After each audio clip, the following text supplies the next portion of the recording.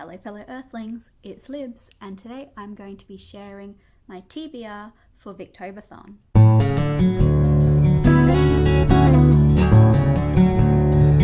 So for those of you who do not know, Victoberthon is a Victorian October No, it's not Victoberthon, it's just Victober, but it is a month-long readathon where everyone who participates reads Victorian literature. I have never participated in this readathon before, but I'm really excited to this year.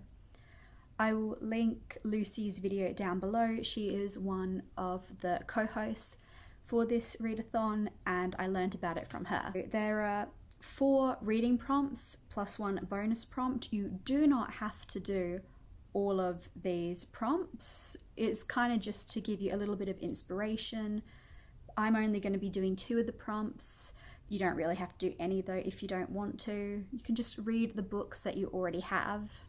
So one of the prompts is to read a book that I guess correlates with your favorite genre or your modern favorite genre. I don't have anything for that. My favorite modern genre would be historical fiction.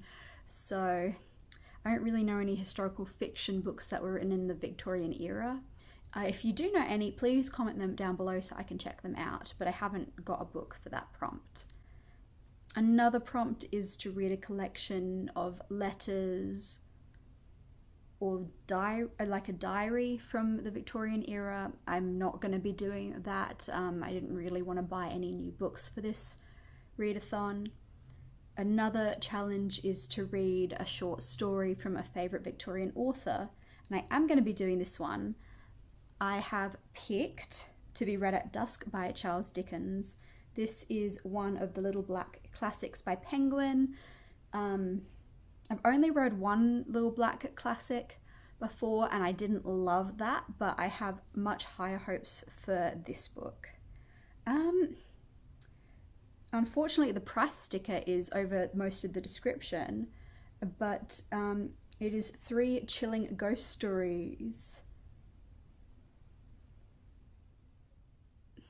of deadly premonitions, dreams, and the rest is covered. I can't tell you what the rest of it is, but you know what? 3 chilling ghost stories sounds pretty good at the moment. I'll probably read this right at the end of the month, right before Halloween. I think this will be perfect for then.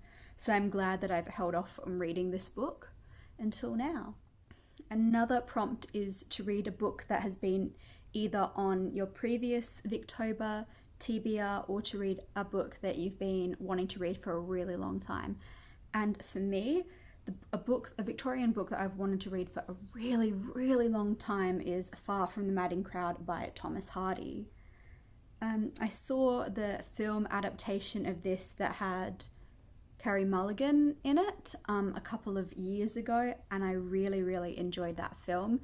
So ever since, I've been keen to read this book.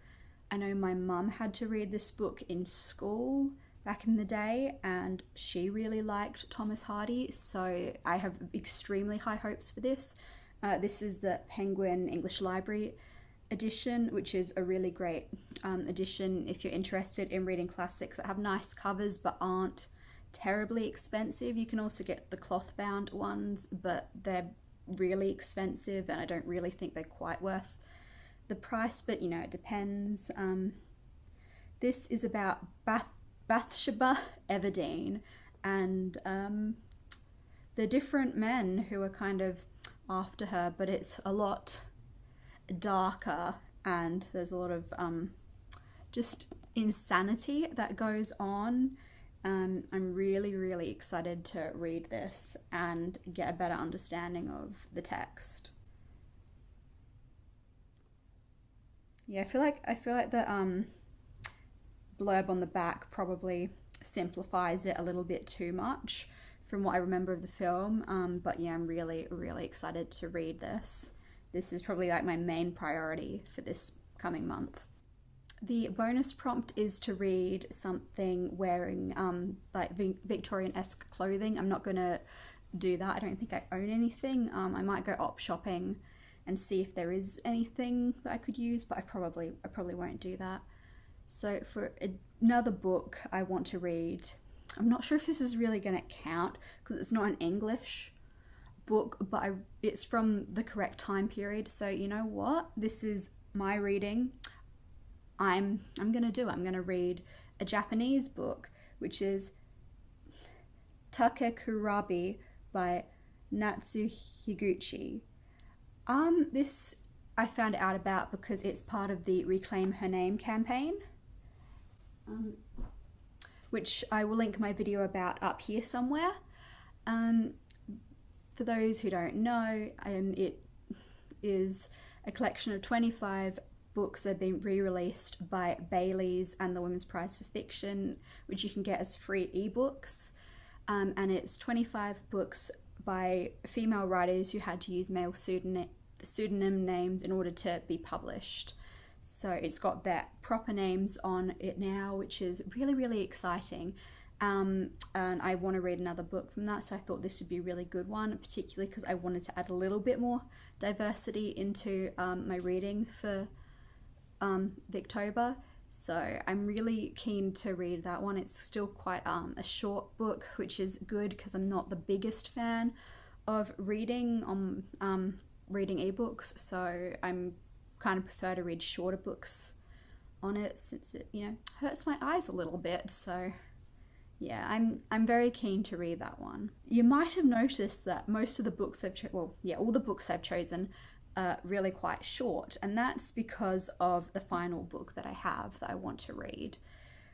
This isn't the longest book this author has written, but it's still quite chunky, and I know this is an author I've struggled to read before, so I want to give myself plenty of time to tackle this book.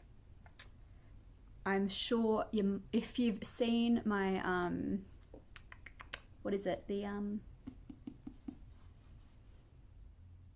my Reading Rush wrap up or vlog, you'll know that there was the other little black book that I've read.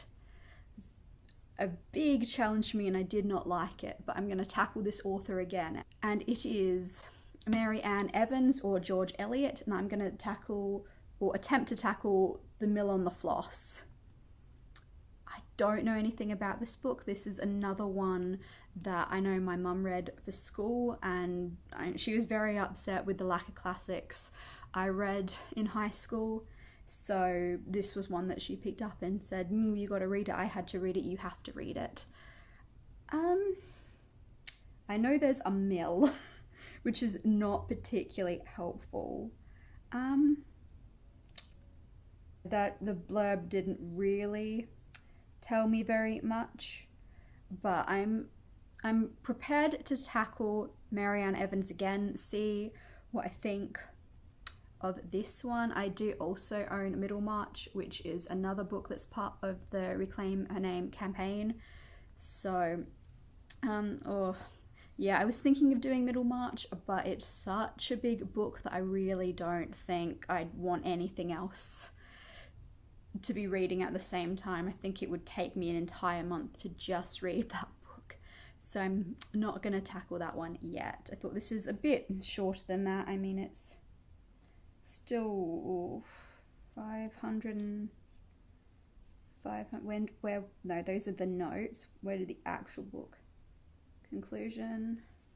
Okay, so it's still, yeah, the actual story itself is 535 pages, which is still pretty chunky for me. So yeah, this will be a challenge because I did find the writing style of I can't even remember the name of the book I read, and it was only a few months ago. The Lifted Veil, I think, is the Mary Ann Evans book I read before. Yeah, that was really challenging, and it was literally 2 chapters. So I'm very nervous to attempt this, but you know, maybe I'll go okay. Maybe this will be fine. Yeah, because I think the readathon I'm doing at the moment goes until the 4th of October, so I'll start this on the 5th. So that'll, yeah, 2 back-to-back readathons. I'm gonna have to, yeah, get on my reading game and try very hard to succeed at this. I'm thinking, 4 books in 1 month is manageable for me, hopefully, as long as The Mill and the Floss isn't too challenging. But we shall see. I don't really read a lot of Victorian literature, but it's something I would like to get into a lot more.